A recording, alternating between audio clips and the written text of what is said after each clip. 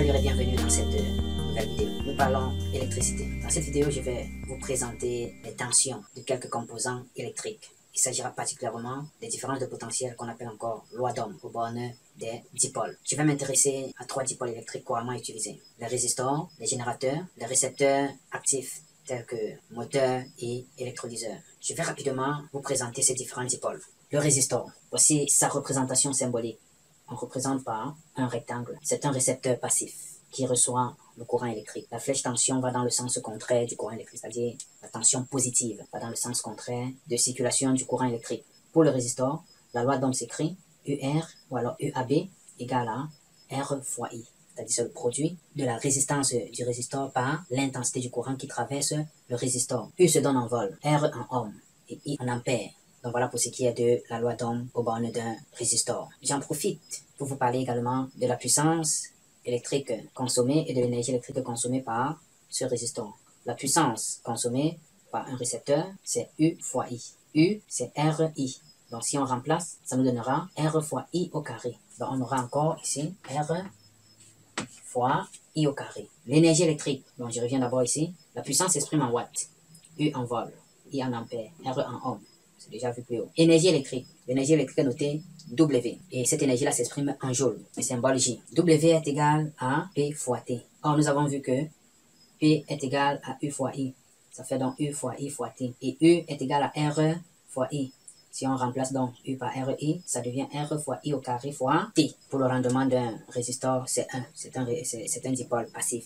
Donc, ça reçoit de l'énergie électrique et ça transforme toute cette énergie en énergie calorifique. Le rendement, c'est donc le rapport de l'énergie calorifique sur l'énergie électrique reçue. Alors, l'énergie calorifique étant égale à l'énergie électrique reçue, ça fait donc 1. Passons maintenant au générateur. La représentation symbolique du générateur, c'est ceci. Le générateur est une pompe à électrons. Donc, ça veut dire que ça fournit le courant électrique. Ça ne reçoit pas, mais ça fournit le courant électrique pour alimenter un circuit extérieur. Donc, nous avons ici I. Alors, la flèche tension au bornes d'un générateur va dans le sens de circulation du courant. La tension positive, bien sûr. La loi d'Ohm s'écrit E moins RI. E ici est la force électromotrice du générateur, qu'on appelle la FEM. Et R, c'est la résistance interne. Petit r en ohm, E en vol, comme toujours, I en ampère, la tension en vol. Donc, nous avons ici en vol, E en vol, R en ohm, et puis I en ampère.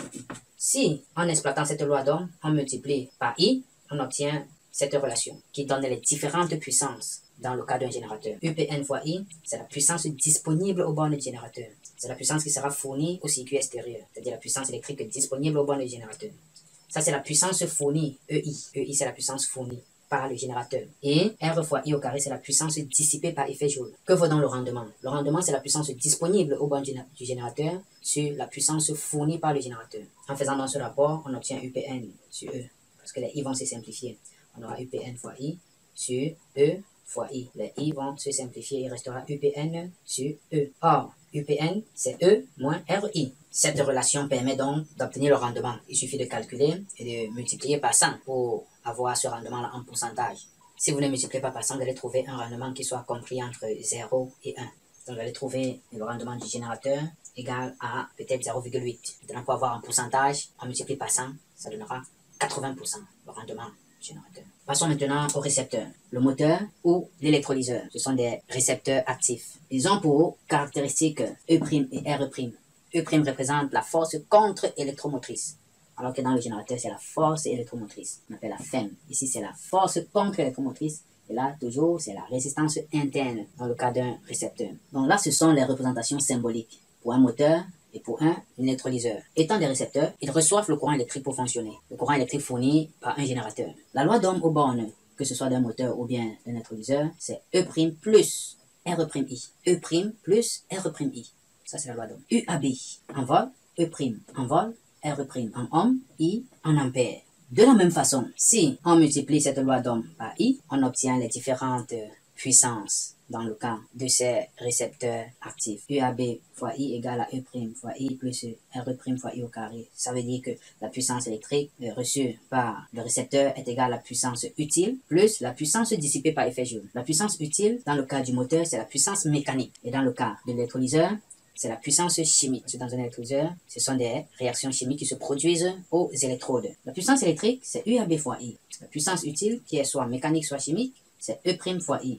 Et la puissance dissipée par effet Joule, c'est R' fois I au carré. Rendement. Le rendement, c'est la puissance utile sur la puissance électrique reçue. Puissance utile sur puissance électrique égale à E' fois I sur U à B fois I. Le I se simplifie et on obtient E' sur U à B. Or, U à B est égal à E' plus R' I. Donc voilà, pour ce qui est du moteur et de l'électrolyseur comme récepteur actif. Maintenant, dans certaines situations, vous serez appelé à déterminer également de l'énergie électrique. Pour avoir l'énergie électrique, il suffira de multiplier cette relation par T et vous obtiendrez les énergies correspondantes. On aura U à B I fois T, E' fois I fois T, plus R' fois I au carré fois T. Là, on aura l'énergie maintenant électrique reçue par le récepteur, l'énergie électrique convertie en énergie utile. Et c'est cette énergie qui permet au moteur ou bien à l'électrolyseur de fonctionner. Et puis, nous avons, si on a T, si on avait multiplié par T, l'énergie dissipée par effet Joule. C'est la deuxième partie de l'énergie électrique reçue qui doit se volatiliser par effet Joule, c'est-à-dire par des effets de chauffage, puisque lorsqu'un appareil fonctionne, il y a cet effet Joule qui est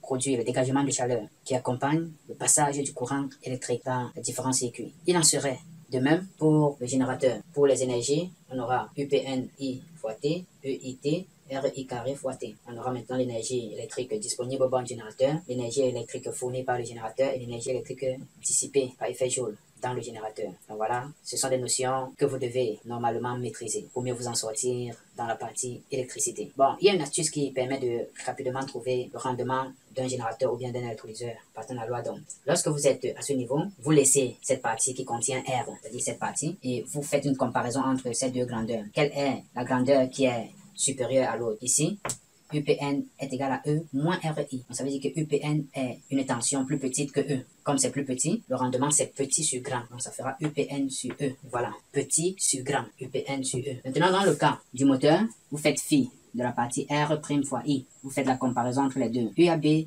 est égal à E' plus R''I. Donc U à B, on prend R', on augmente R''I. Ça veut dire que U à B ici est supérieur à E. Qui est petit, c'est E, et qui est grand, c'est U à B. Rendement, petit sur grand, ça fait E sur U à B, c'est-à-dire E', quoi.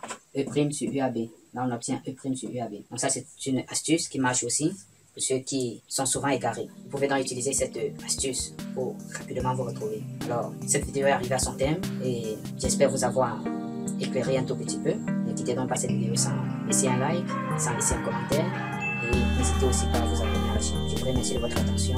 Au revoir.